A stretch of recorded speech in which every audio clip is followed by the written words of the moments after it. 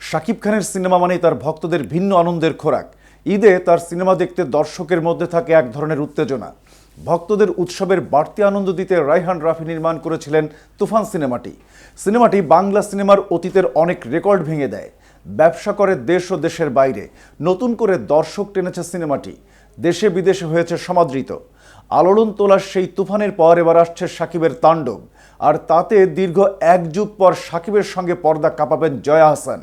আরও বিস্তারিত থাকছে প্রতিবেদনের বাকি অংশে। তুফানের পর শাকিবকে নিয়ে রায়হান রাফির পরবর্তী সিনেমা কি, এমন প্রশ্ন যখন ভক্তদের হৃদয়ে, ঠিক তখনই এলো নতুন খবর। শাকিব খান ও রায়হান রাফি জুটি হয়ে আবারও আসছেন পর্দায়। তুফান 2 না হলেও নতুন নামে নতুন সিনেমা নিয়েই হাজির হবেন দুজন।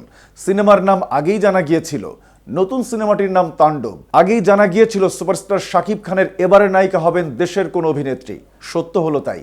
রায়হান রাফি পরিচালিত মেগাস্টার শাকিব খান অভিনীত তাণ্ডব সিনেমায় অভিনয় করবেন জনপ্রিয় অভিনেত্রী জয়া আহসান। প্রযোজক সমিতির বিশ্বস্ত একটি সূত্র সময়ের কণ্ঠস্বরকে নিশ্চিত করেছে তথ্য। ব্লকবাস্টার তুফানের পরে শাকিব রাফি আবারও আসছেন বাজিমাত করতে, এমনটাই ভাবছেন বাংলা সিনেপ্রেমীরা। তাণ্ডবে থাকবেন আরও একজন দেশি নায়িকা, তবে এ চরিত্রে চূড়ান্ত হয়নি কেউ। সিনেমার আইটেম সঙ্গে থাকতে পারে চমক, হাজির হতে পারেন জনপ্রিয় কোনো চিত্রনায়িকা। দ্রুতই শুরু হবে তাণ্ডব সিনেমার শুটিং। সিনেমাটি মুক্তি পাবে চলতি বছরের ঈদুল আজহা উৎসবে। শাকিব খান জয়া আহসানকে সর্বশেষ দেখা গিয়েছিল 2013 সালে পূর্ণদৈর্ঘ্য প্রেম কাহিনী সিনেমায়। তবে এই সময়ের চিত্রনায়িকা প্রার্থনা ফারদিন দিঘির শুধু পর্দায় নয়, বাস্তবেও জানার ইচ্ছে এ পেশা সম্পর্কে। আর এ কারণে পড়াশোনার বিষয় হিসেবে বেছে নিয়েছেন সাংবাদিকতা।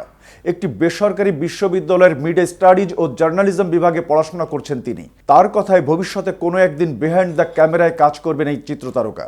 কিন্তু সাংবাদিকতা আগে থেকেই ভালো লাগে তার, এটা নিয়ে পড়তেও ভালো লাগে। আর সাংবাদিকতাকে পেশা হিসেবে নিলে সাক্ষাৎকার নেওয়ার ইচ্ছে বলিউড বাদশা শাহরুখ খানের।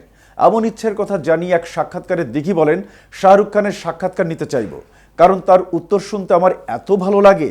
একটা মানুষ এতটা ইন্টেলিজেন্ট কিভাবে হন যে মনে হয় আমি তাকে কোনোভাবে কিছু করতে পারবো না, সব উত্তর প্রস্তুত থাকবে। তার উত্তর শোনার জন্য সাক্ষাৎকার নিতে ইচ্ছে করে। দেশের ভেতর কার সাক্ষাৎকার নিতে চান সে কথাও জানিয়েছেন দিঘি। তার কথায় যদি বাংলাদেশের কথা বলি তাহলে অবশ্যই শাকিব খান। তার সাক্ষাৎকার নেওয়া অনেক বড় ব্যাপার। এতক্ষণ সাথে ছিলাম আমি শাহনেওয়াজ।